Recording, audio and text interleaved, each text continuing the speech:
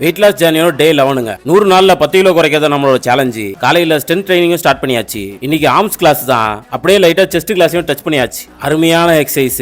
1 மணி நேரம் ஸ்ட்ரென்த் ட்ரைனிங்லாம் முடிச்சதுக்கு அப்புறம் அடுத்த 1 மணி நேரம் எக்ஸசைஸா வாக்கிங் ஸ்டார்ட் பண்ணியாச்சுங்க. உண்மையா சொல்லணும், ஸ்ட்ரென்த் ட்ரைனிங் முடிச்சு இந்த வாக்கிங் போறது ரொம்பவே கஷ்டமா இருக்குங்க. இருந்தாலும் நம்மளோட சேலஞ்சை முடிச்சாகணும். பாட்டு கேட்கலாம் இயர்பட்ஸ் எடுத்தா வெறும் கூடு மட்டும் தான் இருக்கு, உள்ள இருக்கதை காணோம். எம்மா வர ஞாபகம் வரது வேற அதிகமாயிருச்சுமா. இதுதான் நம்மளோட மார்னிங் பிரேக்ஃபாஸ்ட்.